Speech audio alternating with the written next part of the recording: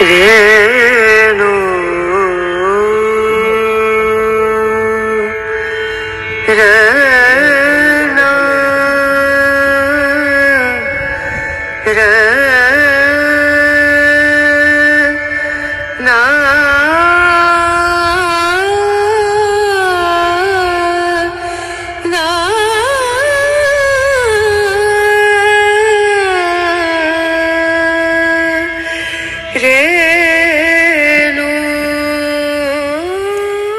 ಇವತ್ತಿ ಬರಬ್ಬರಿ 8 ರಾತ್ರಿ ಹಗಲು ನಿದ್ದಿಲ್ರಿ.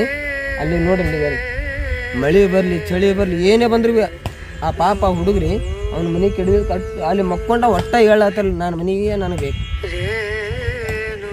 ಕುಡಿಯೋದು ಮಕ್ಕೊಳ್ಳೋದ್ರಿ ಬರೀ. ಸಾಯಂಕಾಲ ಎಕ್ಸ್ಪ್ರೆಸ್ ಯಾರ ಪರವೂ ಅಲ್ಲ, ಯಾರ ವಿರುದ್ಧವೂ ಅಲ್ಲ, ಇದು ಜನಪರ. ಇಲ್ಲಿವರೆಗೆ ಈ ವಿಜುವಲ್ಸ್ ಎಲ್ಲ ನೀವು ನೋಡಿದ್ರಲ್ಲ, ಏನಾಗಿದೆ ಸಿಂದಗಿಯಲ್ಲಿ ಪರಿಸ್ಥಿತಿ ಅಂತಕ್ಕಂಥದನ್ನ ಬನ್ನಿ ನಮ್ಮ ಜೊತೆ ನೇರವಾಗಿ ಇಲ್ಲಿಯ ಶಾಸಕರಾಗಿರ್ತಕ್ಕಂಥ ಅಶೋಕ್ ಮನುಗುಳಿ ಅವರು ನಮ್ಮ ಜೊತೆಲಿದ್ದಾರೆ. ಬನ್ನಿ ಅವರಿಗೆ ಕೇಳೋಣ ಇದು ಪರಿಸ್ಥಿತಿ ಇವತ್ತಿನ ಮಟ್ಟಿಗೆ ಇದು ಆಗ್ಲಿಕ್ಕೆ ಪ್ರಮುಖವಾದಂತಹ ಕಾರಣ. ಸರ್ ನಮಸ್ತೆ, ಸಾಯಂಕಾಲ ಎಕ್ಸ್ಪ್ರೆಸ್ಗೆ ಮೊದಲ ಸ್ವಾಗತವನ್ನು ಕೊಡ್ತೀನಿ ಸರ್. ಸರ್, ಪ್ರಮುಖವಾಗಿ ಏನು ಈ 84 ಮನೆಗಳ ಕುರಿತಾಗಿ ಈಗಾಗಲೇ ಜಿಲ್ಲೆಯಾದ್ಯಂತ ಒಂದು ಚರ್ಚೆ ನಡೀತಾ ಇದೆ. ಇದು ಯಾರ್ದು ಮಿಸ್ಟೇಕ್ ಆಯ್ತು ಮತ್ತು ಇದಕ್ಕೆ ಕಾರಣವಾಗಿ ಪ್ರಮುಖವಾಗಿ ಒಂದ್ ಕಡೆ ಕೆಲವೊಂದು ವಿರೋಧ ಪಕ್ಷದವರು ಎಲ್ಲ ಒಂದ್ ಕಡೆ ಅಶೋಕ್ ಮನುಗುಳಿ ಅವ್ರನ್ನ ಟಾರ್ಗೆಟ್ ಮಾಡ್ತಾ ಇದ್ದಾರೆ. ಅಶೋಕ್ ಮನುಗುಳಿ ಅವ್ರನ್ನ ಇದರಲ್ಲಿ ಏನು ಮಾಡೇ ಇಲ್ಲ, ಅವ್ರ ಜವಾಬ್ದಾರಿ ತಗೋಬೇಕಾಗಿತ್ತು ಅಂತಕ್ಕಂಥ ವಿಚಾರವಾಗಿ ಏನ್ ಹೇಳಕ್ ಬಯಸ್ತೀರಿ ಸರ್? ಈ ಜಮೀನಿನ ವಿವಾದ ಕುರಿತು ನಿಮ್ಗೆ ಸುದೀರ್ಘವಾಗಿ ಹೇಳಬೇಕಾಗಿತ್ತಂದ್ರ, ಈ ಜಮೀನು 1972ರಲ್ಲಿ ಚಂದ್ರಾಮ ಅಗಸರ್ ಅವರ ಒಂದು ಮಾಲೀಕತ್ವದಲ್ಲಿರುವಂತ ಈ ಜಮೀನನ್ನು ಮರಂಬಿ ಖರ್ಜ್ಗಿ ಅನ್ನೋರು ಖರೀದಿ ಮಾಡ್ಕೊಂಡಿದ್ರು. ತದನಂತರ ಆ ಖರೀದಿ ಎಷ್ಟಪ್ಪ ಅಂತಂದ್ರೆ 8 ಎಕರೆ 25 ಗುಂಟೆ ಸಾಗೋಳಿ ಜಮೀನ, 10 ಗುಂಟೆ ಫೋರ್ಟ್ ಖರಾಬ್. ಪಾಣಿ ಉತ್ತಾರಿಯಲ್ಲಿ 8 ಎಕರೆ 35 ಗುಂಟೆ ಇತ್ತು. ಆದ್ರೆ ಖರೀದಿ ಪತ್ರದಲ್ಲಿ ಮಾತ್ರ 8 ಎಕರೆ 35 ಗುಂಟೆ ಮತ್ತು 2 ಎಕರೆ 10 ಗುಂಟೆ ಫೋರ್ಟ್ ಖರಾಬ್ ಅಂತ ಹೇಳಿ ಅವ್ರ ಖರೀದಿ ಆಗಿತ್ತು. ತದನಂತರ ಸುದೀರ್ಘವಾಗಿ ಈ ಜಮೀನಿನ ಇತಿಹಾಸ ಹೇಳ್ಬೇಕಾಗಿತ್ತಂದ್ರೆ 72ರಿಂದ 1999ರವರೆಗೆ ಆ ಖರೀದಿ ಪತ್ರ ಎಲ್ಲಿ ಹೊರಗೆ ಬರಲಿಲ್ಲ. 1999ರಾಗ ಸೈಪನ್ ಸಾಬ್ ಖರ್ಜ್ಗಿ ಅವ್ರ ಮಗನಾದ ಮರಂಬಿ ಖರ್ಜ್ಗಿ ಅವರ ಮಗನಾದ ಸೈಪನ್ ಸಾಬ್ ಖರ್ಜ್ಗಿ ಅವರು ಒಂದು ಸಿಂದಗಿ ತಹಶೀಲ್ದಾರಿಗೆ ಒಂದು ಅರ್ಜಿ ಕೊಡ್ತಾರ. ನಾನು ಖರೀದಿ ಪತ್ರದಲ್ಲಿರುವಂತ 2 ಎಕರೆ 10 ಗುಂಟೆ ಖರಾಬನ್ನು ನಮ್ಮ ತಾಯಿಯವರ ಹೆಸರಲ್ಲೇ ಮಾಡಿಕೊಡ್ಬೇಕಂತೇಳಿ ತಹಶೀಲ್ದಾರು ಅದು ತಿರಸ್ಕಾರ ಮಾಡ್ತಾರ. ತಹಶೀಲ್ದಾರ್ ತಿರಸ್ಕಾರ ಮಾಡಿದ ಕೂಡಲೇ ಅವರು ಇಂಡಿ ಎಸಿ ಅವ್ರಿಗೆ ಅಪೀಲ್ ಹೋಗ್ತಾರ. ಇಂಡಿ ಎಸಿ ಅವರು ಅವನ ಅರ್ಜಿಯನ್ನು ತಿರಸ್ಕಾರ ಮಾಡ್ತಾರ. ಈ 2 ಅರ್ಜಿ ತಿರಸ್ಕಾರ ಆದ್ಮೇಲೆ ಅವ ನೇರವಾಗಿ ಬೆಂಗಳೂರು ಹೈಕೋರ್ಟಿಗೆ ಹೋಗ್ತಾನ. ಬೆಂಗಳೂರು ಹೈಕೋರ್ಟಿಗೆ ಹೋದಾಗ 2000 ಇಸ್ವಿಯಲ್ಲಿ ಬೆಂಗಳೂರು ಹೈಕೋರ್ಟ್ ಅವ್ರಿಗೆ ಏನ್ ಆದೇಶ ಮಾಡ್ತದಪ್ಪ ಅಂತಂದ್ರ, ಇವಂದು 8 ಎಕರೆ 35 ಗುಂಟೆ ಮತ್ತು 2 ಎಕರೆ 10 ಗುಂಟ ಫೋರ್ಟ್ ಖರಾಬ್ ಜಮೀನ್ ಏನೈತಿ, ಆ 2 ಎಕರೆ 10 ಗುಂಟ ಫೋರ್ಟ್ ಖರಾಬ್ ಜಮೀನ್ ಅವ್ನು ಪಾಣಿ ಮಾಡಿಕೊಡ್ಬೇಕಂತೇಳಿ 3 ತಿಂಗಳ ಒಳಗಾಗಿ ಅವ್ನಿಗೆ ಪಾಣಿ ಮಾಡಿಕೊಡ್ಬೇಕು, ಉತ್ತಾರಿ ಮಾಡಿಕೊಡ್ಬೇಕಂತೇಳಿ ಸ್ಪಷ್ಟವಾದ ಒಂದು ಅಭಿಪ್ರಾಯ ನಿರ್ದೇಶನ ಹೈಕೋರ್ಟ್ ಕೊಡ್ತೈತಿ.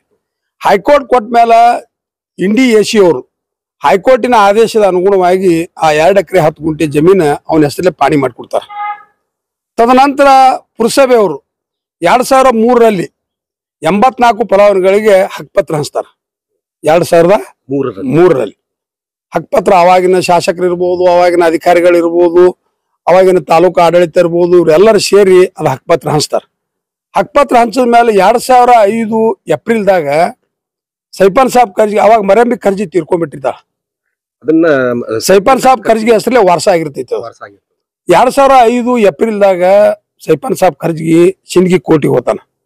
ಏನ್ ಹೋಗ್ತಾನಪ್ಪ ಅಂತಂದ್ರ, ಈ ನನ್ನ ಹೆಸರೇ ಪಾಣಿ ಆಗಿದ್ದ ಜಮೀನ ನನಗೆ ಕಬ್ಜಾ ಕೊಡಿಸ್ಬೇಕು ನೀವು ಅಂತೇಳಿ ಸಿಂದಗಿ ಕೋರ್ಟಿಗೆ ಹೋಗ್ತಾನೆ. ಏಪ್ರಿಲ್ 2005. ತದನಂತರ 2006 ನವೆಂಬರ್ದಾಗ ಅವನ ಪರವಾಗಿ ತೀರ್ಪು ಆತೈತಿ. ಏನ್ ತೀರ್ಪು ಆತದ ಅಂದ್ರ, ಇವನ್ 2 ಎಕರೆ 10 ಗುಂಟೆ ಫೋರ್ಟ್ ಖರಾಬ್ ಜಮೀನ್ ಏನೈತಲ್ಲ ಆ ಜಮೀನ ಕಬ್ಜಾ ಕೊಡಿಸ್ಬೇಕಂತೇಳಿ. ಅಲ್ಲೇ ಒಂದು ಮಿಸ್ಟೇಕ್ ಆಗಿದ್ದು. ಅಲ್ಲಿ ಏನ್ ಮಿಸ್ಟೇಕ್ ಆಗ್ಯದ ಅಂದ್ರ, ಅವಾಗಿನ ಪುರಸಭೆಯ ಆಡಳಿತ ಇರ್ಬೋದು, ಅವಾಗಿನ ಪುರಸಭೆಯ ಅಧಿಕಾರಿಗಳು ಒಂದ್ ಸ್ವಲ್ಪ ಆ ಕೇಸಿನ ಬಗ್ಗೆ ನಿರ್ಲಕ್ಷ್ಯ ಮಾಡ್ಯಾರ. 2005ರಿಂದ 2005 ನಡೆದಿರುವಂತ ವ್ಯಾಜ್ಯದಲ್ಲಿ ಪುರಸಭೆ ಅಧಿಕಾರಿಗಳು ಅವಾಗಿನ ಆಡಳಿತ ಒಂದ್ ಸ್ವಲ್ಪ ನಿರ್ಲಕ್ಷ್ಯ ಮಾಡಿದ್ರಿಂದ ಅವನ ಪರವಾಗಿ ಕೇಸ್ ಆತೈತಿ, ಅವನ ಪರವಾಗಿ ಡಿಕ್ರಿ ಆತೈತಿ. ಡಿಕ್ರಿ ಆದ್ಮೇಲೆ ಮುಂದೆ ಏನಾತೈತಿ, 2013ರಾಗ ಮತ್ತೊಮ್ಮೆ ಕೋರ್ಟಿಗೆ ಹೋಗ್ತಾನ. 2006ರಿಂದ 2013ವರೆಗೆ ಇವ್ರು ಕಬ್ಜಾ ಕೊಡಿಸೋದಿಲ್ಲ. ಕಬ್ಜಾ ಕೊಡಿಸ್ಲಾರಾದ್ಮೇಲೆ ಸೈಪನ್ ಸಾಬ್ ಕರ್ಜಿಗೆ 2013ರಾಗ ಮತ್ತೊಮ್ಮೆ ಕೋರ್ಟಿಗೆ ಹೋಗ್ತಾನ. ಏನ್ ಕೋರ್ಟಿಗೆ ಹೋಗ್ತಾನ ಅಂತಂದ್ರೆ 2006ರಾಗೆ ನನ್ನ ಪರವಾಗಿ ಆದೇಶ ಆಗ್ಯದ ಕೋರ್ಟಿಂದು, ಇಲ್ಲಿವರೆಗೆ ಕಬ್ಜಾ ಕೊಟ್ಟಿಲ್ಲ. 2013ರಾಗ ಅವ ನಾನು ಮತ್ತೊಮ್ಮೆ ಅದು ಕಬ್ಜಾ ಕೊಡಿಸ್ಬೇಕಂತೇಳಿ 2013ರಾಗ ಮತ್ತೊಮ್ಮೆ ಸಿಂದಗಿ ಕೋರ್ಟಿಗೆ ಮೊರೆ ಹೋಗ್ತಾನೆ. 2013ರಿಂದ 2024 ನವೆಂಬರ್ ತಕ ಸುದೀರ್ಘವಾಗಿ 11 ವರ್ಷ ಅದು ಕೋರ್ಟ್ನಾಗ ವ್ಯಾಜ್ಯ ನಡೀತದೆ. ಇದ್ರ ಮಧ್ಯೆ ಏನಾಗ್ತದಂದ್ರೆ ಅಲ್ಲಿರುವಂತ ಫಲಾನುಭವಿಗಳು ಏನು 84 ಜನರಲ್ಲಿ ಒಂದು 5-6 ಜನ, 5ರಿಂದ 10 ಜನ ಅವರು ಒಂದು ಕೋರ್ಟಿಗೆ ಮೊರೆ ಹೋಗ್ತಾರ 2015ರಾಗ. ನಾವು ಸಿಂದಗಿ ಕೋರ್ಟಿಗೆ ನಾವು ಫಲಾನುಭವಿಗಳು ಇದೀವಿ, ನಾವು ಅಲ್ಲಿ ನೀರಿನ ಕರ ತುಂಬ್ತೀವಿ, ನಾವು ಅಲ್ಲಿ ಟ್ಯಾಕ್ಸ್ ತುಂಬ್ತೀವಿ, ನಮ್ಗೆ ಹಕ್ಕುಪತ್ರ ಕೊಟ್ಟಾರ, ನಮ್ ಜಮೀನ್ ಕಿತ್ತಿಸ್ಬೇಕಂತೇಳಿ ಕೋರ್ಟ್ ಆರ್ಡರ್ ಆಗ್ಯದ, ದಯವಿಟ್ಟು ಇದ್ರಾಗ ನಮ್ ರಕ್ಷಣೆ ಕೊಡ್ರಿ, ನಮ್ ಜಮೀನ್ ನಮ್ ಜಾಗ ನಮಗೆ ಕೊಡ್ರಿ ಅಂತೇಳಿ ಕೋರ್ಟಿಗೆ ಮೊರೆ ಹೋಗ್ತಾರ. 2018ರಾಗ ಕೋರ್ಟ್ ಅವ್ರ ಅರ್ಜಿ ತಿರಸ್ಕಾರ ಮಾಡ್ತಾರ. 2018ದಾಗ ತಿರಸ್ಕಾರ ಮಾಡ್ತಾರ. ತಿರಸ್ಕಾರ ಮಾಡಿದ್ಮೇಲೆ ಈ ಫಲಾನುಭವಿಗಳು ಸುಮ್ ಕುಂದಿರ್ತಾರ. ಅವ್ರ ಅಪೀಲ್ ಹೋಗ್ಬೋದಾಗಿತ್ತು, ಅವ್ರ ಅಪೀಲ್ ಹೋಗುದಿಲ್ಲ. ಡಿಸ್ಟ್ರಿಕ್ಟ್ ಕೋರ್ಟಿಗೆ ಅಪೀಲ್ ಹೋಗುದಿಲ್ಲ, ಹೈಕೋರ್ಟಿಗೆ ಅಪೀಲ್ ಹೋಗುದಿಲ್ಲ. ಆ ಕೇಸ್ ಅಲ್ಲಿಗೆ ಡೆಡ್ ಆಗ್ಬಿಡ್ತದೆ, ಸತ್ ಬಿಡ್ತೈತಿ. ಮುಂದೆ 2013ರಾಗ ಏನೋ ಕೇಸ್ ಮಾಡಿರ್ತಾನಲ್ಲ ನನಗೆ ಕಬ್ಜಾ ಕೊಡಿಸ್ಬೇಕಂತೇಳಿ, 2024 ನವೆಂಬರ್ದಾಗ ಮತ್ತೊಂದು ಕೋರ್ಟ್ ಆರ್ಡರ್ ಮಾಡ್ತದೆ. ಸಿಂದಗಿ ಕೋರ್ಟ್ ಏನ್ ಆರ್ಡರ್ ಮಾಡ್ತದ ಅಂತಂದ್ರ 2013ರಿಂದ ಇಲ್ಲಿವರೆಗೆ ನಾವು ಸುದೀರ್ಘವಾಗಿ ಈ ವ್ಯಾಜ್ಯದ ಬಗ್ಗೆ ನಾವು ಇದ್ರ ಬಗ್ಗೆ ಕೇಸ್ ನಡೆಸಿವಿ. ಅದಕ್ಕೆ ಒಂದ್ 2 ಎಕರೆ 10 ಗುಂಟೆ ಮಾಡ್ಕೊಂಡಿದ್ದು ಸರಿ ಐತಿ, ಅದಕ್ಕೆ ಅವನಿಗೆ ತುರ್ತಾಗಿ ನೀವು ಕಬ್ಜಾ ಕೊಡಿಸ್ಬೇಕು ಅಂತ ಹೇಳಿ ಪಾರ್ಟಿ ಯಾರ್ಯಾರು ಇರ್ತಾರಪ್ಪ ಅಂತಂದ್ರ DC, AC, ಪುರಸಭೆ ಮುಖ್ಯಾಧಿಕಾರಿಗಳು, ಅಸಿಸ್ಟೆಂಟ್ ಕಮಿಷನರ್, ಯಾರು ತಹಶೀಲ್ದಾರ್, ಇವ್ರು 4 ಜನ ಪಾರ್ಟಿಯವರಿಗೆ ಡೈರೆಕ್ಷನ್ ಕೊಡ್ತಾರ. ನವೆಂಬರ್ 2024 ನಂತರ ಅವ್ರ ಏನ ಅರ್ಜಿ ಕೊಡ್ತಾರಲ್ಲ, ಅವಾಗಿನ ಪುರಸಭೆ ಅಧ್ಯಕ್ಷರು ನಾನು ಅವಾಗ ಶಾಸಕ ಆಗಿರ್ತೀನಿ, ನಾನು ಅವರು ಎಲ್ಲ ಕೂಡಿ ಇದ್ರ ಬಗ್ಗೆ ಒಂದು ಮುನ್ಸಿಪಾಲ್ಟಿಯಾಗ ಒಂದು ಚರ್ಚೆ ಮಾಡಿ ಆಶ್ರಯ ಸಮಿತಿಯಾಗ ಪುರಸಭೆ ಅಧ್ಯಕ್ಷರು ಅವಾಗಿನ ಪುರಸಭೆ ಮುಖ್ಯಾಧಿಕಾರಿಗಳು ಕೂಡಿ ಚರ್ಚೆ ಮಾಡ್ಕೊಂಡು ನಾವೇನ್ ಮಾಡ್ತೀವಿ, ಹೈಕೋರ್ಟಿಗೆ ಅಪೀಲ್ ಹೋಗ್ತೀವಿ. ಈ ಕೇಸಿಗೆ ಸ್ಟೇ ಜನಗಳ ಮನೆಗಳ ಪರವಾಗಿ ನೀವು 2024 ಏನು ಸಿಂದಗಿ ಕೋರ್ಟ್ ಆರ್ಡರ್ ಕೊಟ್ಟಿರ್ತವಲ್ಲ, ಅದಕ್ಕೆ ವಿರೋಧವಾಗಿ ಇದಕ್ಕೆ ಸ್ಟೇ ಕೊಡ್ರಿ ತೋತೀವಿ. ಅವ್ರಿಗೆ ಕಿತ್ತಿಸ್ಬೇಡ್ರಿ, ಅವ್ರು ಬಡವ್ರ ಟ್ಯಾಕ್ಸ್ ಕಟ್ಟ್ಯಾರ, ನೀರಿನ ಕರ ಕಟ್ಟ್ಯಾರ, 24 ವರ್ಷದಿಂದ ಅಲ್ಲೇ ಯಾರ, ಅದಕ್ಕ ಈ ಕೋರ್ಟ್ ಆದೇಶಕ್ಕೆ ನೀವು ತಾತ್ಪೂರ್ತಿಕವಾದ ಒಂದು ಸ್ಟೇ ಕೊಡ್ರಿ, ಇದ್ರ ಬಗ್ಗೆ ಸುದೀರ್ಘವಾಗಿ ನಾವು ಕೋರ್ಟ್ ಮುಂದೆ ನಮ್ಮ ಎಲ್ಲಾ ಡಾಕ್ಯುಮೆಂಟ್ಸ್ ಹಾಜರ್ ಮಾಡ್ತೀವಿ ಅಂತೇಳಿ ನಾವು ಒಂದು ಮನವಿ ಮಾಡ್ಕೋತೀವಿ, ಪ್ರೇಯರ್ ಮಾಡ್ಕೋತೀವಿ ಹೈಕೋರ್ಟ್ ಮುಂದೆ. ಯಾವಾಗ ಅಂದ್ರೆ ಇದು 2025 ಫೆಬ್ರವರಿ. ಹೈಕೋರ್ಟ್ ಸುದ್ಕೆ ನೇರವಾಗಿ ನಮ್ಮ ಅರ್ಜಿ ತಿರಸ್ಕಾರ ಮಾಡ್ತಾರೆ, ಪುರಸಭೆ ಅರ್ಜಿ ಡಿಸ್ಮಿಸ್ ಮಾಡ್ತಾರೆ ಕೇಸ್. ಅದಾದ ನಂತರ ಹೈಕೋರ್ಟ್ ಏನ್ ನಾವು ವಿರೋಧ ಮಾಡ್ತೈತಿ, ಹೈಕೋರ್ಟ್ ವಿರೋಧ ಮಾಡಿದ್ಮೇಲೆ 16/7/2025 ಜುಲೈದಲ್ಲಿ ನಾವು ಸುಪ್ರೀಂ ಕೋರ್ಟ್ ಅಪೀಲ್ ಹೋಗ್ತೀವಿ. ಹೈಕೋರ್ಟ್ ನಮ್ಮ ಅರ್ಜಿ ತಿರಸ್ಕಾರ ಮಾಡೈತಿ, ನೀವು ಸುಪ್ರೀಂ ಕೋರ್ಟ್ದವ್ರು ಎತ್ತಿ ಹಿಡಿಬೇಕು, ಈ ಕೇಸಿನ ಬಗ್ಗೆ ಸುದೀರ್ಘವಾಗಿ ಇದು ಚರ್ಚೆ ಆಗ್ಬೇಕು, ಆರ್ಗ್ಯುಮೆಂಟ್ ಆಗ್ಬೇಕು, ಹಿಯರಿಂಗ್ ಆಗ್ಬೇಕು, ನಮ್ಗೆ ಕಾಲಾವಕಾಶ ಕೊಡ್ರಿ, ತಾತ್ಪೂರ್ತಿಕವಾಗಿ ಇದಕ್ಕೆ ತಡೆಯಾಜ್ಞೆ ಕೊಡ್ರಿ ಅಂತೇಳಿ ಸುಪ್ರೀಂ ಕೋರ್ಟಿಗೆ ನಾವು 16/7/2025 ಅಪೀಲ್ ಮಾಡ್ತೀವಿ. ಸುಪ್ರೀಂ ಕೋರ್ಟ್ ಸಹಿತ ನೇರವಾಗಿ ನಮ್ಮ ಕೇಸ್ ಡಿಸ್ಮಿಸ್ ಮಾಡ್ತಾರೆ. ಸುಪ್ರೀಂ ಕೋರ್ಟ್ ಕೂಡ ಡಿಸ್ಮಿಸ್ ಮಾಡ್ತಾರೆ. ಇದ್ರ ಮಧ್ಯೆ ಏನಾಗಿರ್ತದ ಅಂತಂದ್ರ ನವೆಂಬರ್ 2024 ಏನೋ ಒಂದು ಸಿಂದಗಿ ಕೋರ್ಟ್ ಆದೇಶ ಆಯ್ತು. ಅಲ್ಲಿಂದ ಇಲ್ಲಿವರೆಗೆ ಕೋರ್ಟ್ನಲ್ಲಿ ಒಂದು ವಿಷಯದಲ್ಲಿ ಆ ಒಂದು ವ್ಯಾಜ್ಯಕ್ಕೆ ಸಂಬಂಧಪಟ್ಟಂತೆ ತಡೆಯಾಜ್ಞೆ ಕೊಡುವತ್ತು ಒಂದು ರೀತಿ ಅಫಿಷಿಯಲಿ ನಾವು ಹೋರಾಟ ಮಾಡಿದ್ರೆ, ಅನ್ಅಫಿಷಿಯಲಿ ಆ 84 ಜನರಿಗೆ ಯಾವುದರೇ ಕಾರಣದಿಂದ ಅಲ್ಲಿ ಉಳಿಸ್ಬೇಕು ಅನ್ನೋ ನಿಟ್ಟಿನಲ್ಲಿ ಸೈಪನ್ ಸಾಬ್ ಕರ್ಜಗಿ ಜೊತೆ ಅಲ್ಲಿರುವಂತ ವಾರ್ಡ್ ಮೆಂಬರ್ ಇರ್ಬೋದು, ಅಲ್ಲಿರುವಂತ ಪ್ರಮುಖರು ಇರ್ಬೋದು, ಸಿಂದಗಿಯ ಗಣ್ಯ ನಾಗರಿಕರ ಮಧ್ಯೆ ಒಂದು ಸಂಧಾನ ಸೂತ್ರ ಮಾಡ್ಬೇಕು, ಅವನಿಗೆ ಏನಾರ ಒಂದು ಸಹಾಯ ಮಾಡ್ಬೇಕು. ಆ ಸಹಾಯ ಮಾಡೋದ್ರ ಜೊತೆಗೆ ಇವ್ರು 84 ಮಂದಿ ಅವ್ರು ಇದ್ದ ಸ್ಥಳದಲ್ಲಿ ಇರ್ಬೇಕು ಅನ್ನೋ ನಿಟ್ಟಿನಲ್ಲಿ 7-8 ತಿಂಗಳ ಕಾಲ ಸುದೀರ್ಘವಾಗಿ ನಾವು ಪ್ರಯತ್ನ ಮಾಡ್ತೀವಿ. ಅವ ಒಂದ್ ಬಾರಿ ಅವ ಹೂ ಅತ್ತಾನ, ಮತ್ತೊಂದ್ ಬಾರಿ ಒಲ್ಲತ್ತಾನ, ಕೋರ್ಟ್ನಾಗ ಆಗ್ಯದ ತೊಂಬತ್ತಾನ, ಇಲ್ರಿ ನೀವು ಹೆಂಗ್ ಸಂಧಾನ ಮಾಡ್ತೀರಿ ನಂದು ಒಪ್ಪಿಗೆ ಅದತ್ತಾನ. ಇವೆಲ್ಲ ಗೊಂದಲಮಯ ವಾತಾವರಣದಲ್ಲಿ ಏನಾಗ್ಬಿಡ್ತದ ಅಂತಂದ್ರ ಕೊನೆಯ ಗಳಿಗೆಯಲ್ಲಿ ಏನಂದ್ರ ನಮ್ ಸುಪ್ರೀಂ ಕೋರ್ಟ್ ಆರ್ಡರ್ ಏನ್ ರಿಜೆಕ್ಟ್ ಆಯ್ತಲ್ಲ, ರಿಜೆಕ್ಟ್ ಆದ್ಮೇಲೆ ನಾ ಮತ್ತೊಮ್ಮೆ ಅವ್ನಿಗೆ ಕರೆಸ್ತೀನಿ. ಯಾರಿಗೆ? ಸೈಪನ್ ಸಾಬ್ ಕರ್ಜಗಿ. ಕರ್ಜಗಿ ಕರೆಸಿದಾಗ ಎಲ್ಲಾ ತಹಶೀಲ್ದಾರರು, CPI, ನಾವು, ಆಮೇಲೆ PSI, ಆ ವ್ಯಾಜ್ಯಕ್ಕೆ ಸಂಬಂಧಪಟ್ಟಂತ ಇಲಾಖೆ ಅಧಿಕಾರಿಗಳೆಲ್ಲ ಇರ್ತಾರ. ಅವ ಒಂದ್ ಮಾತು ಹೇಳಿ ಹೋಗ್ತಾನ ನಮಗ್, ಮಲಕ್ರ ಕೋರ್ಟ್ನಾಗ ನಾನಂತೆ ಆಗೈತಿ, 2 ಎಕರೆ 10 ಗುಂಟೆ ಜಮೀನು. ನಾ 24 ವರ್ಷ ಒಂಟಗಾಲ ಮೇಲೆ ಹೋರಾಟ ಮಾಡೀನಿ. ದಯವಿಟ್ಟು ನೀವು ಇದ್ರಾಗ ಭಾಗವಹಿಸ್ಬೇಡ್ರಿ. ನಾನು ರಿಕ್ವೆಸ್ಟ್ ಮಾಡ್ಕೊತಾನೆ. ಅವಾಗ ನಾ ಏನ್ ಹೇಳ್ತೀನಿ, ನೋಡಪ್ಪ ನಾ ಶಾಸಕ ಇದೀನಿ, ನಿನ್ಗ ಅನ್ಯಾಯ ಆಗ್ಬಾರ್ದು, ಅಲ್ಲಿರುವಂತ 84 ಮಂದಿಗೂ ಅನ್ಯಾಯ ಆಗ್ಬಾರ್ದು. 14 ಮನಿ ಕಟ್ಟ್ಯಾರ, ಆಮೇಲೆ ಅವ್ರ ಶೆಡ್ ಹಾಕೊಂಡಾರ, ಬಡೂರಾರ, ಕೂಲಿ ಕಾರ್ಮಿಕರಾರ, ದಿನನಿತ್ಯ ತಮ್ದೇನು ಉಪಜೀವನ ಹ್ಯಾಂಗ ನಡೆಸ್ತಾರ ಅಂದ್ರ ಅವ್ರ ಕೂಲಿ ನಾಲಿ ಮಾಡಿದ್ರೆ ಅವ್ರ ಉಪಜೀವನ ನಡೀತದ. ಅಂತವ್ರಿಗೆ ನಾವು ಲೋಕಲ್ ಅದ. ಆಮೇಲೆ ನೀ ಅಲ್ಲಿ ವಾಸಿ ಇದಿ, ಅಲ್ಲಿ ಒಂದ್ಸರಿ ಪುರಸಭೆ ಮೆಂಬರ್ ಆಗಿದ್ದಿ, ಅದಕ್ಕೆ ದಯವಿಟ್ಟು ಅಂತ ಕಣ ತಗೋ. ಮಾನವೀಯತೆ ದೃಷ್ಟಿಯಿಂದ ಇದು ನಾವು ನ್ಯಾಯ ಒದಗಿಸ್ಬೇಕಾಗ್ತದ. ನಿಮ್ಗೇನ್ ಸಹಾಯ ಮಾಡ್ಬೇಕು ಹೇಳು, ನಾವ್ ಎಲ್ಲಾ ರೀತಿ ಸಹಾಯ ಮಾಡ್ತೀವಿ. ಮುನ್ಸಿಪಾಲ್ಟಿದ ಒಂದು 13 ಎಕರೆ ಜಮೀನ್ ಐತಿ ಸುಳ್ಗಾರ ಅವ್ರ ತೋಟದ ಬಳಿ. ಆ 13 ಎಕರೆ ಜಮೀನಲ್ಲಿ ನಿನ್ಗೆ 4 ಎಕರೆ ಜಮೀನ್ ಕೊಡಿಸ್ತೀನಿ. 4 ಎಕರೆ ಜಮೀನ್ ಏನೇನ್ ಮಾಡಿಸಿ ಕೊಡಿಸ್ತೀನಿ. ನಿನ್ಗೆ ಇವತ್ತಿಲ್ಲ ನಾಳೆ ಬೆಲ್ಬಾಳ ಅಂತ ಒಂದು ಜಮೀನ್ ಆಗ್ತದ. ದಯವಿಟ್ಟು ಈ ಕೆಲ್ಸಕ್ಕೆ ಕೈ ಹಾಕ್ಬೇಡ. ಕೋರ್ಟ್ ಆದೇಶ ಏನೇ ಇರ್ಲಕ್ಕ ನಾವು ನೀವು ಲೋಕಲ್ ಇದೀವಿ, ಒಂದ್ ಬಗೆಹರಿಸ್ಕೊಳ್ಳೋ ಅಂತೇಳಿ ನಾವು ಬೇಕಾದಷ್ಟು ಅವನಿಗೆ ಪರಿಪರಿಯಾಗಿ ಬೇಡ್ಕೊಂಡ್ರು ಅವ್ನು ಒಪ್ಪೋದಿಲ್ಲ. ಅದಾದ ನಂತರ 8ನೇ ತಾರೀಕಿಗೆ 10ನೇ ತಾರೀಕಿಗೆ ಕೋರ್ಟ್ ಆದೇಶ ಮಾಡ್ತೈತಿ ಅದು ಡೆಮಾಲಿಷ್ ಮಾಡ್ಬೇಕಂತೇಳಿ. ನಾವು 6-7 ಹಗಲು ರಾತ್ರಿ ಅನ್ನೋದೇ ಸೈಪನ್ ಸಾಹೇಬ್ ಜೊತೆ, ಅವ್ರ ಮಗನ ಜೊತೆ, ಅವನ ಜೊತೆ ಇರುವಂತ ಇವತ್ತ ಯಾರೇ ಅವ್ರ ಸ್ನೇಹಿತರ ಜೊತೆ ನಿರಂತರವಾಗಿ ಸಂಪರ್ಕದಾಗಿದ್ದು, ನಿನ್ ಏನ್ ಕಂಡೀಷನ್ ನಂದು ಎಲ್ಲಾ ಒಪ್ಪಿಗೆ ಅದ, ಒಟ್ಟ ಅಲ್ಲಿ ತೆರವುಗೊಳಿಸ್ಲಿಕ್ಕೆ ನೀವು ಒಪ್ಪಿಗೆ ಕೊಡಬೇಡ ಅಂತ ಹೇಳಿ ನಾವು 8ನೇ ತಾರೀಕಿಗೆ ಬೆಳಿಗ್ಗೆ 7 ಗಂಟೆ ತನಕ ಪ್ರಯತ್ನ ಮಾಡ್ತೀವಿ. ಆದ್ರೂ ಫಲ 8ನೇ ತಾರೀಕಿಗೆ 7:15 7:20 ನನ್ ಫೋನ್ ಹಚ್ತಾನ ಯಾರು ಸೈಪನ್ ಸಾಹೇಬ್ ಕರ್ಜಿ. ಮಲಕ್ರ ನೀವ್ ಏನ್ ಬೇಕಾದಷ್ಟು ನನಗೆ ತಿಳಿಸಿ ಹೇಳಿದ್ರು ನಾ ಅದಕ್ಕೆ ಒಪ್ಪೋದಿಲ್ರಿ. ಒಟ್ಟ ದಯವಿಟ್ಟು ನೀವು ಇದ್ರಾಗ ಬರಬೇಡ್ರಿ. ಕೋರ್ಟ್ನಾಗ ನಾನಂತೆ ಆಗ್ಯದ, ನನಗೆ ಬಾಯ ಮಣ್ಣು ಹಾಕ್ಬೇಡ್ರಿ. ನಾ 25 ವರ್ಷ ನನ್ನ ಹೆಂಡ್ರು ಮಕ್ಕಳು ಸಂಸಾರ ಎಲ್ಲಾ ಬಿಟ್ಟು ನಾವು ಹೋರಾಟ ಮಾಡೀನಿ. ದಯವಿಟ್ಟು ಈ ವಿಷಯದಾಗ ನೀವು ಒಟ್ಟ ಏನು ಹೇಳಕ್ ಹೋಗ್ಬೇಡ್ರಿ ಅಂತ ಹೇಳಿ ಫೋನ್ ಕಟ್ ಮಾಡ್ತಾನೆ. ಇಷ್ಟು ಈ ಒಂದು ಜಮೀನದ್ದು ವ್ಯಾಜ್ಯ ನಡೆದಿದ್ದು ನಿಮ್ ಮುಂದೆ ನಾ ಹೇಳಕ್ ಬಯಸ್ತಾ ಇದ್ದೀನಿ ಸರ್. ಪ್ರಮುಖವಾಗಿ ಏನಂತಂದ್ರೆ ಇದು ಎಲ್ಲ ವ್ಯಾಜ್ಯ ಆಯ್ತು, ನೀವು ನಿಜವಾಗ್ಲೂ ಅದ ಪ್ರಯತ್ನ ಮಾಡಿದಿರಿ, 2 ಮಾತಿಲ್ಲ. ಇದನ್ನ ಶಾಸಕರು ಇದ್ದಾಗ್ಲೂ ಪ್ರಯತ್ನ ಮಾಡಿದಿರಿ, ಇರ್ಲಾರ್ದಾಗೂ ಕೂಡ ಪ್ರಯತ್ನ ಮಾಡಿದಿರಿ. ಇದು ಮೇಲ್ನೋಟಕ್ಕೆ ಕಂಡು ಬಂದಂತ. ಪ್ರಮುಖವಾಗಿ ಇಲ್ಲಿ ಪುರಸಭೆ ಇದೆಯಲ್ಲ, ಪುರಸಭೆ ಹಕ್ಕುಪತ್ರ ಯಾವ ದೃಷ್ಟಿಕೋನದಲ್ಲಿ ಇಟ್ಕೊಂಡು ಕೊಡ್ತು ಅನ್ನೋದು ಬಹಳ ಮುಖ್ಯ ಆಗಲ್ವಾ? ಪುರಸಭೆ ಹಕ್ಕುಪತ್ರ ಕೊಡೋದು ಇದು ನಡೆದು ಬಂದಂತ ದಾರಿ. ಇದು ನಿವೇಶನ ರೈತರಿಗೆ ನಿವೇಶನ ಕೊಡ್ಬೇಕು ಅನ್ನೋದು ಸರ್ಕಾರದ ಒಂದು ಧ್ಯೇಯ ಧೋರಣೆ. ಭೂ ಸ್ವಾಧೀನ ಮಾಡ್ಕೋಬೇಕಲ್ಲ, ಭೂ ಸ್ವಾಧೀನ ಮಾಡ್ಕೊಳ್ಳೋದೇ ಯಾವ ಭೂ ಸ್ವಾಧೀನ ಬಗ್ಗೆ ಹೇಳ್ಬಿಡ್ತೀನಿ ನಿಮಗೆ. ಇದು ಒಟ್ಟ ಟೋಟಲ್ 21 ಎಕರೆ 30 ಗುಂಟೆ ಜಮೀನ್. ಇದು ಇದರಲ್ಲಿ ಅಕ್ಸರ್ ಅವ್ರ ಕಡೆಯಿಂದ ಮನಗೂಳಿಯವರು ತಗೊಂಡಾರ, ಸೈಪನ್ ಸಾಬ್ ಕರ್ಜಿಗೆ ತಗೊಂಡಾನ, ಕುರುಡೆಯವರು ತಗೊಂಡಾರ. 8 ಜನ, ಸುಮಾರು 7-8 ಜನ ಅದನ್ನ 7-8 ಜನ ಅಲ್ಲ, 3 ಜನ. ಒಂದು ಅಕ್ಸರ್ ಅವ್ರ ಕಡೆಯಿಂದ ಮರೆಂಬಿ ಖರ್ಜಿಗೆಯಿಂದ ಸಿದ್ದರಾಮಪ್ಪ ಕೋಡೆ, ಸಿದ್ದರಾಮಪ್ಪ ಕೋಡೆಯಿಂದ MC ಮನಗೂಳಿ. ಒಂದ್ ಕಡೆ ಸೈಪನ್ ಸಾಬ್ ಬನ್ನೆಟ್ಟಿನ ತಗೊಂಡಾರ ಚಂದ್ರಮ್ಮ ಅಕ್ಸರ್ ಕಡೆಯಿಂದ, ಅವ ಸೀದಾ ನೇರವಾಗಿ MC ಮನಗೂಳಿಯವ್ರು ಮಾರ್ಯಾನ. ಇವ್ರು ಇಷ್ಟೇ ಮಂದಿ ಪಾರ್ಟಿ. 21 ಎಕರೆ 30 ಗುಂಟೆದಾಗ 4 ಎಕರೆ 10 ಗುಂಟೆ ಫೋರ್ಟ್ ಖರಾಬ್. ಯಾಕೆ ಖರಾಬ್ ಅಂದ್ರೆ ಅದು ಖರಾಬ್ ಯಾವಾಗಲೂ ಓನರ್ ಉಳಿತೈತಿ.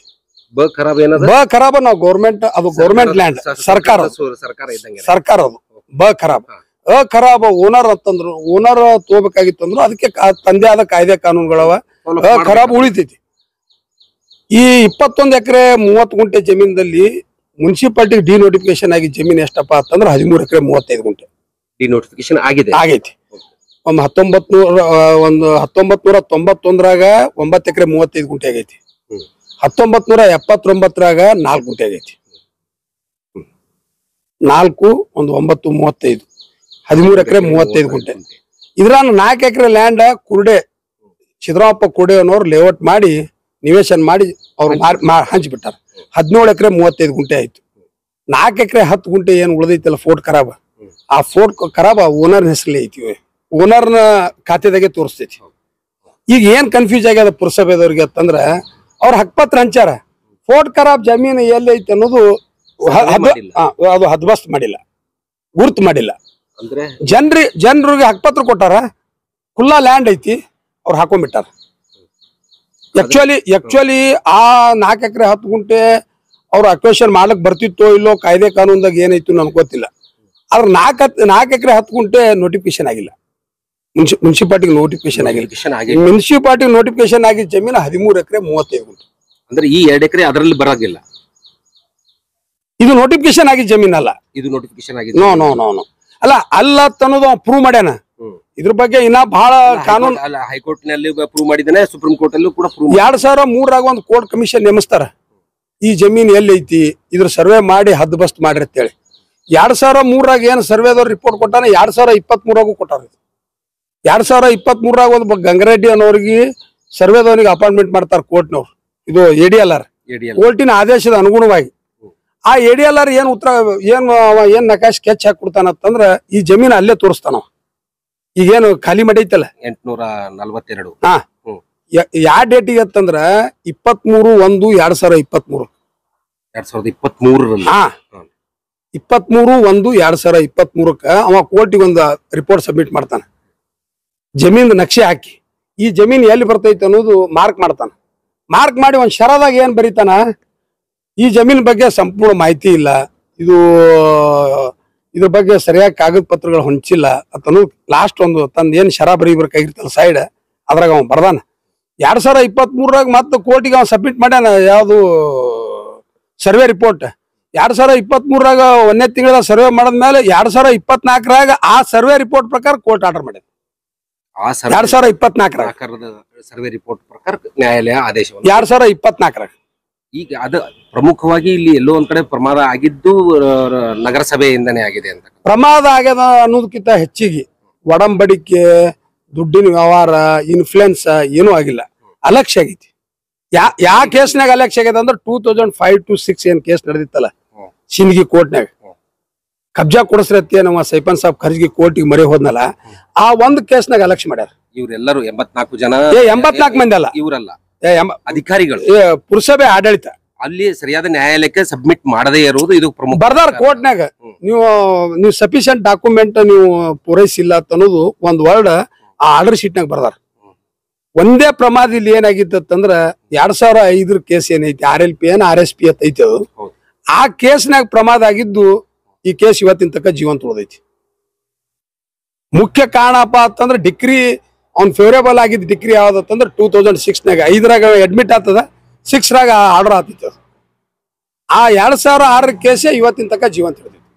ಈಗ ಪರಿಸ್ಥಿತಿ 84 ಜನರದ್ದು ತಾವು ಕೂಡ ಭೇಟಿ ನೀಡಿದ್ರಿ, ಅವ್ರ ಜೊತೆ ಚರ್ಚೆ ಮಾಡಿದ್ರಿ, ಹೇಳಿದ್ರಿ. ಈಗ ಸೈಫನ್ ಸಾಬ್ ಖರ್ಚಿಗೆ ಅವರು ಅದನ್ನ ಕೇಳಿಲ್ಲ, ಮನೆಗಳು ಬಿದ್ದು ಹೋಯ್ತು ಸರ್. ಮುಂದಿನ ನಡೆ ಯಾವ ಕಡೆ ಅಂತಕ್ಕಂಥ ವಿಚಾರ. ಮುಂದಿನ ನಡೆ ಇವತ್ತ 84 ಜನರಿಗೆ ಎಷ್ಟು ನೋವಾಗ್ಯದ, ಬರೀ ಆ 84 ಕುಟುಂಬಗಳಿಗೆ ನೋವಾಗಿಲ್ಲ. ಸಿಂದಗಿ ಮತಕ್ಷೇತ್ರದಲ್ಲಿರುವಂತ ಪ್ರತಿಯೊಬ್ಬ ವ್ಯಕ್ತಿ, ಪ್ರತಿಯೊಂದು ಜಾತಿ ಜನಾಂಗದವ್ರಿಗೆ ನೋವಾಗ್ಯದ. ಅವ್ರ 84 ಮಂದಿಗೆ ಎಷ್ಟು ನೋವಾಗ್ಯದ ಅಷ್ಟೇ ನೋವು ನಮಗೂ ಆಗ್ಯದ. ಇದು ಆಗ್ಬಾರ್ದಾಗಿತ್ತು.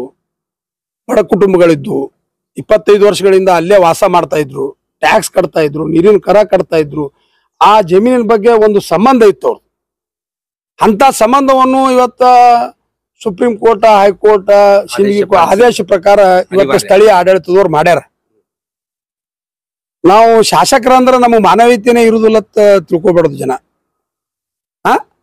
ಒಂದ್ ಕಡೆ ಹಿರಿಯರು ಹೇಳ್ತಾರ, ಮನುಷ್ಯ ಆದ್ಮೇಲೆ 2 ಗುಣ ಕಲಿಬೇಕಂತೇಳಿ, ಒಂದು ಶಾಂತಿ, ಒಂದು ಮಾನವೀಯತೆ.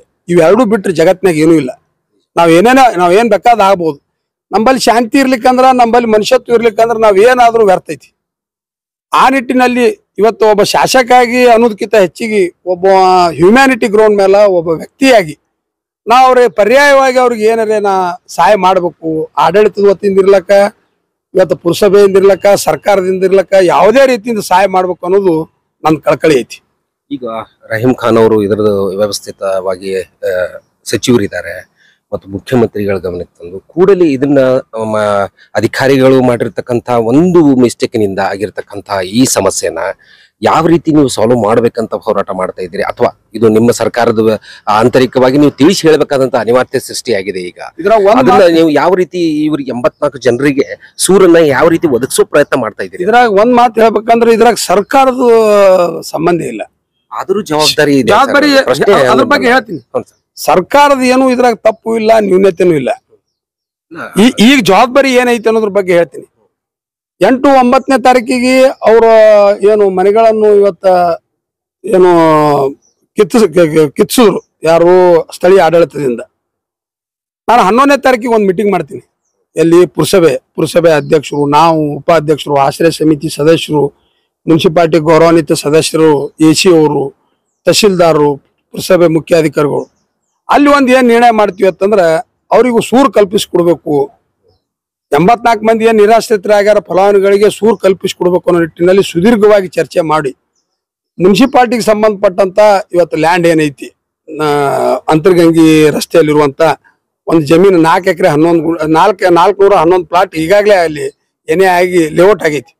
ಅದರಲ್ಲಿ 84 ಜನರಿಗೆ ಅವರಿಗೆ ನಿವೇಶನ ಕೊಟ್ಟು ಅಲ್ಲಿ ಮೂಲಭೂತ ಸೌಕರ್ಯಗಳಂತ ಕುಡಿ ನೀರು ಇರ್ಬೋದು, ರಸ್ತೆ ಇರ್ಬೋದು, ವಿದ್ಯುತ್ತಿನ ಸಮಸ್ಯೆ ಇರ್ಬೋದು, ಬಸ್ ಸೌಕರ್ಯ ಇರ್ಬೋದು, ಇವೆಲ್ಲವನ್ನು ಇವತ್ತು ಮಾಡಿಕೊಡ್ಬೇಕಂತೇಳಿ ನಾವು ಆಶ್ರಯ ಸಮಿತಿ ಸಭೆಯಲ್ಲಿ ಈಗಾಗಲೇ ನಿರ್ಣಯ ಮಾಡಿದ್ವಿ. ಅದ್ರ ಜೊತೆಗೆ MC ಮನಗುಳಿ ಪ್ರತಿಷ್ಠಾನದ ವತಿಯಿಂದ ಈಗ ಸೂರು ಕಳ್ಕೊಂಡವ್ರ ಬತ್ತಾಗ ದುಡ್ಡಿಲ್ಲ, ಅವ್ರು ನಿರಾಶ್ರಿತರಾಗ್ಯಾರ, ಅವ್ರು ಬೀದಿಗೆ ಬಂದಾರ, ಅವ್ರು ಬಡವರಾರ ಅನ್ನುವ ಒಂದು ಅಂತಃಕರಣ ಮನೋಭಾವ ಇಟ್ಕೊಂಡು ಪ್ರತಿಯೊಂದು ಕುಟುಂಬಗಳಿಗೆ ಇವತ್ತ ಅವರು ತಾತ್ಪೂರ್ತಿಕವಾಗಿ ಶೆಡ್ ಹಾಕೊಳ್ಳಲು ನಮ್ಮ MC ಮನಗುಳಿ ಪ್ರತಿಷ್ಠಾನದಿಂದ ತಲಾ 25,000 ರೂಪಾಯಿ ಕೊಡ್ತೀವಿ ಅಂತ ಘೋಷಣೆ ಮಾಡಿವಿ. ಈಗ ಪ್ರತಿಭಟನಾಕಾರರು ಬಹಳ ಸ್ಪಷ್ಟವಾಗಿ ಹೇಳ್ತಾ ಇದ್ದಾರೆ, ನಾವು ಈ ಜಮೀನನ್ನು ಬಿಟ್ಟು ಕೊಡೋದಿಲ್ಲ, ಇಲ್ಲಿಂದ ನಾವು ಸರಿಯಂಗಿಲ್ಲ ಅಂತಕ್ಕಂಥದ್ದನ್ನ. ಇಲ್ಲ ಒಂದ್ ಕಡೆ ಬೇರೆ ವಿರೋಧ ಪಕ್ಷ ಆಗಲಿ ಅದರ ಬಗ್ಗೆ ಜ್ಞಾನ ಇಲ್ಲದೆ ಇರತಕ್ಕಂತ ಕೆಲವೊಂದು ವ್ಯಕ್ತಿಗಳು ಇದನ್ನ ದಾರಿ ತಪ್ಪಿಸ್ತಾ ಇದಾರ ಇವರಿಗೆ ಅಂತಕ್ಕಂಥದ್ದು ಅನ್ಸಲ್ವಾ? ನಾ ವಿರೋಧ ಪಕ್ಷದ ನಾಯಕರಿಗೆ ಮನವಿ ಮಾಡ್ಕೋತೀನಿ, ಸಂಘಟನೆ ನಾಯಕರಿಗೆ ಮನವಿ ಮಾಡ್ಕೋತೀನಿ. ರಾಜಕಾರಣ ಮಾಡ್ಲಿಕ್ಕೆ ವೇದಿಕೆಗಳು ಬಹಳ ಈ ಸೂರು ಕಳ್ಕೊಂಡಂತ ಫಲಾನುಭವಿಗಳಿಗೆ ವೇದಿಕೆಯಲ್ಲಿ ರಾಜಕೀಯ ಮಾಡೋದು ಬೇಡ. ನಿಷ್ಪಕ್ಷಪಾತವಾಗಿ ನಾವು ಇರ್ಬೇಕು, ಎಲ್ಲಾರ್ಗಿ ಕಳಕಳಿ ಇರ್ಬೇಕು ಅವ್ರ ಬಗ್ಗೆ. 84 ಮಂದಿ ನಿಮ್ ಕೈಲಿ ಏನ್ ಸಹಾಯ ಆಗ್ತದ ನೀವು ಮಾಡ್ರಿ, ನಮ್ ಕಡೆಯಿಂದ ಏನ್ ಸಹಾಯ ಆಗ್ತದ, ನಾವು ಸರ್ಕಾರ ಐತಿ, ನಾ ಶಾಸಕ ಇದೀನಿ, ನಾ ಜವಾಬ್ದಾರಿ ಸ್ಥಾನದಾಗಿದ್ದೀನಿ, ನಾವ್ ಏನ್ ಮಾಡೋದದ ನಮ್ಮ ಹೊರಗೆ ಹಚ್ಚಿ ನಮ್ ಪ್ರಾಮಾಣಿಕವಾದ ಪ್ರಯತ್ನ ನಾವು ಮಾಡ್ತೀವಿ. ಆ ವೇದಿಕೆ ದುರ್ಬಳಕೆ ಆಗ್ಬೇಡದು, ಆ ನಿರಾಶ್ರಿತರ ವೇದಿಕೆ, ಆ ಫಲಾನುಭವಿಗಳ ವೇದಿಕೆ ದುರ್ಬಳಕೆ ಆಗ್ಬೇಡ ಅನ್ನೋದು ನಂದೊಂದು ಮನವಿ. ಯಾಕಂತಂದ್ರ ನಿಮ್ಮ ರಾಜಕೀಯ ತಿಕ್ಕಾಟ್ನ್ಯಾಗ 84 ಫಲಾನುಭವಿಗಳ ಪರಿಸ್ಥಿತಿ ಏನ್ ಅನ್ನೋದು ನಿಜವಾಗ್ಲಿ ನಾವು ಅರ್ಥ ಮಾಡ್ಕೋಬೇಕು. ಕಳೆದ 8 ದಿವಸಗಳಿಂದ ಇಂಥ ಮಳೆಯಲ್ಲಿ ಸಹಿತ ಅವ್ರು ಅಂಬೇಡ್ಕರ್ ಸರ್ಕಲ್ ನಲ್ಲಿ ಅಲ್ಲೇ ಅಡಿಗೆ ಮಾಡ್ಕೊಂಡು ಅಲ್ಲೇ ಊಟ ಮಾಡ್ಲಕತ್ತಿದ್ದು ಭಾರಿ ನೋವಿನ ಸಂಗತಿ. ನಾವು ಅವರಿಗೆ 8 ಜನರಿಗೆ ಪ್ರಮುಖರಿಗೆ ಕರ್ಸಿ ಹೇಳಿವಿ, ನಮ್ಮಿಂದ ಏನ್ ಸಹಾಯ ಬೇಕು, ನೀವು ಬಿಚ್ಚ ಮನಸ್ಸಿನಿಂದ ಮಾತಾಡ್ರಿ, ಒಂದು ಫರ್ಮ್ ಡಿಸಿಷನ್ ತೋಡ್ರಿ, ನಾವ್ ಏನ್ ಸಹಾಯ ಮಾಡ್ಬೇಕು ಮಾಡ್ತೀವಿ ಅಂತ ಅವ್ರಿಗೆ ನಾವು ಕರೆದು ಹೇಳಿವಿ. ನಂದೇನು ಒಂದು ಮನವಿ ಏನಪ್ಪಾ ಅಂತಂದ್ರ, ಸಾರ್ವಜನಿಕವಾಗಿ ಒಬ್ಬ ವ್ಯಕ್ತಿ, ಒಂದು ಕುಟುಂಬ, ಒಂದು ಸಮೂಹ ಸಂಕಷ್ಟದಲ್ಲಿದ್ದಾಗ ನಮ್ಮ ರಾಜಕೀಯ ಬೆಳೆ ಬೆಳೆಸ್ಕೊಳ್ಳಲು ಆ ವೇದಿಕೆ ದುರ್ಬಳಕೆ ಆಗ್ಬಾರ್ದು. ಆ ವೇದಿಕೆ ಏನಾಗಬೇಕಂತಂದ್ರ ಅವ್ರು ಹೋರಾಟ ಮಾಡ್ಲಿ, ಅವ್ರಿಗೆ ನೋವಾಗ್ಯದ, ಅವ್ರು ಹೋರಾಟ ಮಾಡ್ಲತ್ತಾರ, ಅದು ಸರಿ ಐತಿ. ಆದ್ರ ನಮ್ಮ ರಾಜಕೀಯ ತಿಂಡಿ ಒಯ್ದು, ನಮ್ಮ ರಾಜಕೀಯ ಬೆಳೆ ಒಯ್ದು ನಾವು ಬೆಳೆಸ್ಕೊಂಡೇವತ್ತಂದ್ರ ಅದು ಬೇರೆ ಬೇರೆ ತಿರುವು ತೋಳಕ್ ಸ್ಟಾರ್ಟ್ ಆಗ್ತದ. ಇದ್ರ ಮಧ್ಯೆ ಇವತ್ತ ಗಂಡ ಹೆಂಡತಿ ನಡಬರ್ಕ ಕೂಸ ಬಡು ಆಯ್ತು ಅನ್ನೋ ಹಾಗೆ ಆ ಪರಿಸ್ಥಿತಿ ಆತೈತಿ. ಆ ಪರಿಸ್ಥಿತಿ ತರುವಂತ ಕೆಲಸ ಮಾಡ್ಬೇಡ. ಇದು ನನ್ನೊಂದು ಕಳಕಳಿ ಮನವಿ. ಪ್ರಮುಖವಾಗಿ ಏನಲ್ಲ, ಈ ಪ್ರತಿಭಟನಾಕಾರರ ತದನಂತರ ಈ ಸೈಫನ್ ಸಾಬ್ ಖರ್ಚಿಗಿ ಇಷ್ಟೊಂದು ಒಂದು ಗಟ್ಟಿ ಮನಸ್ಸಿನಿಂದ ಒಟ್ಟೆ ನಾನು 25 ವರ್ಷದಿಂದ ಹೋರಾಟ ಮಾಡಿದೀನಿ, ನಾನು ಬಿಟ್ಟು ಕೊಡೋದಿಲ್ಲ ಅಂತಕ್ಕಂಥ ಅಷ್ಟು ಗಟ್ಟಿ ಮನಸ್ಸು ಮಾಡ್ಲಿಕ್ಕೆ ಇದ್ರ ಹಿಂದೆ ಇರ್ತಕ್ಕಂಥ ರಿಯಲ್ ಎಸ್ಟೇಟ್ ಗಳು ಏನಾದ್ರು ಇದ್ರ ಹಿಂದೆ ಕೈವಾಡ ಇದೆ ಅಂತ ಅನಿಸ್ತಾ ಇದೆ ಸರ್? ಅದ್ರ ಬಗ್ಗೆ ನನಗೆ ಗೊತ್ತಿಲ್ಲ. ಈ ತರ ಇದೆ ಅಂತ ಅನಿಸ್ತಾ ಇಲ್ಲ. ಅನಿಸ್ತದೆ ಅಂದ್ರ ಅವ ಈಗ ಹೇಳೋರು ಕೇಳೋರು ಸಜೆಸ್ಟ್ ಮಾಡೋರು ಬಹಳ ಜನ ಇರ್ತಾರ. ನಾ ಅದ್ರ ಬಗ್ಗೆ ಹೆಂಗ್ ಅಭ್ಯಾಸ ಮಾಡ್ಲಕ್ ಸಾಧ್ಯ ಐತಿ? ಸೈಫನ್ ಸಾಬ್ ಖರ್ಚಿಗೆ ಬಂದ್ ನನ್ ಮುಂದೆ ಮನವಿ ಮಾಡ್ಕೊಳ್ಳೋದು, ಅವ್ನ ಅಳಲ್ ತೋಡ್ಕೊಳ್ಳೋದು ಒಂದೇ ಏನಪ್ಪಾ ಅಂತಂದ್ರ, ನಂದು 2 ಎಕರೆ 10 ಗುಂಟೆ ಲ್ಯಾಂಡ್ ಖರಾಬ್ ಉಳ್ದದ್ರಿ ಮಾಲಕ್ರ, ನಾ ಕೋರ್ಟ್ನಾಗ ಹೋರಾಟ ಮಾಡೀನಿ, ನನ್ನಂತೆ ಆಗ್ಯದ, ನೀವು ಕೈ ಹಾಕ್ಬೇಡ್ರಿ. ಇದು ಒಂದೇ. ಅವ್ನ ಹಿಂದೆ ಯಾರು, ಅವ್ನಿಗೆ ಯಾರು ಪುಷ್ ಮಾಡ್ಯಾರೋ, ಅವ್ನಿಗೆ ಹಿಂದೆ ಯಾರು ಸಹಾಯ ಮಾಡ್ಯಾರೋ, ಅದ್ರ ಬಗ್ಗೆ ಈಗ ಅಭ್ಯಾಸ ಮಾಡ್ಕೋತ ಕೂತ್ರ ಅಂದ್ರ ಅದರಿಂದ ಈ ಸಮಸ್ಯೆ ನಿವಾರಣೆ ಆಗುದಿಲ್ಲ. ಈಗ ಏನ್ ಸೈಫನ್ ಸಾಬ್ ಖರ್ಚಿಗೆ ನಿಮ್ ಮಾತಿಗೆ ಬೆಲೆ ಕೊಡ್ತಿದ್ರ? ನಿಮ್ ಮಾತಿಗೆ ಎಷ್ಟೋ ಸಲ ಬಂದಿದ್ದಾನೆ, ಅವನು ಕೂಡ ನಿಮ್ಗೆ ಬೆಲೆ ಕೊಟ್ಟಿರ್ತಾರೆ. ಸೈಫನ್ ಸಾಬ್ ಖರ್ಚಿಗೆ ನಮ್ಮ ಮಾತಿಗೆ ಬೆಲೆ ಕೊಟ್ಟಾನ, ಸ್ಪಷ್ಟವಾಗಿ ಹೇಳ್ತೀನಿ. ಬೆಲೆ ಕೊಟ್ಟಾನ. ಅವನಿಗೆ ಒಂದು ಲಿಮಿಟ್ ಇತ್ತು. ಆ ಲಿಮಿಟ್ ದಾಟದ ಮೇಲೆ ಏನಾಯ್ತು, ಅವ ಸಂಧಾನಕ್ಕೆ ಒಪ್ಲಿಲ್ಲ. ಅವ ನಮ್ಮ ಮಾತಿಗೆ ಬೆಲೆ ಕೊಟ್ಟಿದ್ ಖರೆ. ನವೆಂಬರ್ 2024 ಆಗಿದ್ದಕ್ಕೆ ಇದು ನಿರ್ಣಯ 9ನೇ ತಿಂಗಳ, ನವೆಂಬರ್ ಅಂದ್ರೆ ನೆಕ್ಸ್ಟ್ ನವೆಂಬರ್, 1 ವರ್ಷವರೆಗೆ ಅವ ಕೋರ್ಟ್ನಾಗ ಇವತ್ತ ಮುದ್ದತ್ ತೋಳದಲ್ಲಿ, ಇವತ್ತು ಸಂಧಾನಕ್ಕೆ ನಾವು ಯಾವಾಗ ಕರೆದಾಗ ಬರುದ ಅಲ್ಲಿ ಎಲ್ಲ ರೀತಿಯಿಂದ ಬಂದಾನ, ಎಲ್ಲ ರೀತಿಯಿಂದ ಸ್ಪಂದನೆ ಮಾಡ್ಯಾನ. ಈ 2 ತಿಂಗಳ ಕೊನೆ ಹಂತದಲ್ಲಿ ಅವ ಸಂಧಾನಕ್ಕೆ ಒಪ್ಪಲಿಲ್ಲ. ಈಗ ಬುಸ್ನೂರವರು ಕೂಡ ಮೊನ್ನೆ ನೀವು ವಿಚಾರವಾಗಿ ಬಂದಾಗ ಕೆಲವೊಂದು ವಿಚಾರದಲ್ಲಿ ಅವರು ನೀವು ರಾಜೀನಾಮೆ ಕೊಡಬೇಕು ಅನ್ನುವಂತ ದೃಷ್ಟಿಕೋನದಲ್ಲಿ ಕೆಲವೊಂದು ವಿಚಾರದಲ್ಲಿ ಹೇಳಿದ್ರು. ಈಗ ವಿರೋಧ ಪಕ್ಷದವರು ಇದನ್ನ ರಾಜಕಾರಣಗೊಳಿಸ್ತಾ ಇದ್ದಾರೆ, ಇದನ್ನ ತಮ್ಮ ಮನಸ್ಸಿಗೆ ಬಂದಂಗೆ ಹೆಂಗ್ ಬೇಕು ಹಂಗಂತ ತಗೋತಾ ಇದಾರೆ ಅಂತಕ್ಕಂಥ ಚರ್ಚೆಗಳು ನಡೀತಾ ಇದೆ. ಒಂದು MLA ನಂಬಬೇಕು, ಒಂದು ವಿರೋಧ ಪಕ್ಷದವ್ರು ನಂಬಬೇಕು. ಈ ತೊಳಲಾಟದಲ್ಲಿ ಬಡವರ ಪರಿಸ್ಥಿತಿ ಇದು ಆಗಿದೆ. ಈ ಬಡವರಿಗೆ ಕೊನೆಯದಾಗಿ ಏನ್ ಹೇಳಕ್ ಬಯಸ್ತೀರಿ ಸರ್? ಯಾವ ನಿರ್ಧಾರ ತೆಗೆದುಕೊಂಡ್ರೆ ಒಳ್ಳೇದು, ಅಥವಾ ಕಾನೂನು ಹೋರಾಟ ಆಗಬೇಕು, ಯಾವ ರೀತಿ ಸರ್? ಜನರು ಈ ಪ್ರಕರಣವನ್ನು ಬಹಳ ಸೂಕ್ಷ್ಮವಾಗಿ ನೋಡ್ಲತ್ತಾರ. ಈ ವೇದಿಕೆ ಯಾರು ದುರ್ಬಳಕೆ ಮಾಡ್ಕೊಳತ್ತಾರ, ಈ ವೇದಿಕೆಯಿಂದ 84 ಮಂದಿಗೆ ಅವ್ರ ಸಂಕಷ್ಟದಲ್ಲಿ ಭಾಗವಹಿಸಿ ಪರಿಹಾರ ಹುಡುಕುವ ನಿಟ್ಟಿನಲ್ಲಿ ಯಾರು ಕೆಲಸ ಮಾಡ್ಲಕತ್ತಾರ, ಇದ್ರ ಬಗ್ಗೆ ಯಾರಿಗೆ ಕಳಕಳಿ ಅದ ಅನ್ನೋದ್ರ ಬಗ್ಗೆ ಜನರು ಭಾಳ ಶಾಣ್ಯಾರ. ಒಬ್ಬ ಕಟ್ಟ ಕಡೆ ಮತದಾರ ಸುಖೆ ಶಾಣ್ಯಾನ. ಹಿಂದಿನ ಒಂದು ಕಾಲಿತ್ತು, ನಾವು ಹೇಳಿದ್ರೆ 10 ಮಂದಿ ಕೇಳ್ತಿದ್ರು, ಮತ್ತೊಬ್ಬ ಹೇಳಿದ್ರೆ 20 ಮಂದಿ ಕೇಳ್ತಿದ್ರು. ನಾವು ಹೇಳಿದ್ದೆ ವೇದ ವಾಕ್ಯ ಇತ್ತು. 100 ಮಂದಿ ಕೂಡಿಸಿ ಭಾಷಣ ಮಾಡಿದೆವು ಅಂದ್ರ ಹಿಂಗ ಇದನ್ನ ತಂದ್ರೆ ಜನ ಒಪ್ತಿದ್ರು. ಮ್ಯಾನ್ ಟು ಮ್ಯಾನ್ ಇವತ್ತು ಮಾಧ್ಯಮ ಇರ್ಬೋದು, ಪ್ರಿಂಟ್ ಮೀಡಿಯಾ ಇರ್ಬೋದು, ಇವತ್ತು ಸೋಷಿಯಲ್ ಮೀಡಿಯಾ ಇರ್ಬೋದು, ಇವತ್ತು ಫೇಸ್ಬುಕ್ ಇರ್ಬೋದು, ವಾಟ್ಸಪ್ ಇರ್ಬೋದು, ಪ್ರತಿನಿತ್ಯ ನಮ್ಮ ಚಟುವಟಿಕೆಗಳನ್ನು, ನಮ್ಮ ಹಾವಭಾವಗಳನ್ನು, ನಮ್ಮ ಮನಸ್ಥಿತಿ ಮತ್ತು ನಾವು ಮಾಡುವಂತ ಕಾರ್ಯವನ್ನು ಒಬ್ಬ ಕಟ್ಟ ಕಡೆ ವ್ಯಕ್ತಿ ಸಹಿತ ವೀಕ್ಷಣೆ ಮಾಡ್ತಾನೆ. ಈ ಕೇಸ್ನ್ಯಾಗ ಏನೈತಿ, ಯಾರು ಕಳಕಳಿಯಿಂದ ಹೋರಾಟ ಮಾಡತ್ತಾರ, ಯಾರು ಕಳಕಳಿಯಿಂದ ಇದಕ್ಕೆ ಬಗೆಹರಿಸ್ಬೇಕತ್ತಾರ ಅನ್ನೋದು ಜನರಿಗೆ ಗೊತ್ತದ. ವಿರೋಧ ಪಕ್ಷದ ನಾಯಕರಿಗೆ, ಸಂಘಟನೆ ಮುಖಂಡರಿಗೆ ನಾವು ಒಂದೇ ಮನವಿ ಮಾಡ್ಕೋತೀವಿ, ಈ ವೇದಿಕೆ ದುರ್ಬಳಕೆ ಆಲಾರಂಗ್ ನೋಡ್ಕೊಂಡು ಆ 84 ಮಂದಿಗೆ ಪರಿಹಾರ ಹುಡುಕುವಂತ ಕೆಲಸ ನಾವೆಲ್ಲರೂ ಸೇರಿ ಪ್ರಾಮಾಣಿಕವಾಗಿ ಮಾಡ್ಬೇಕು.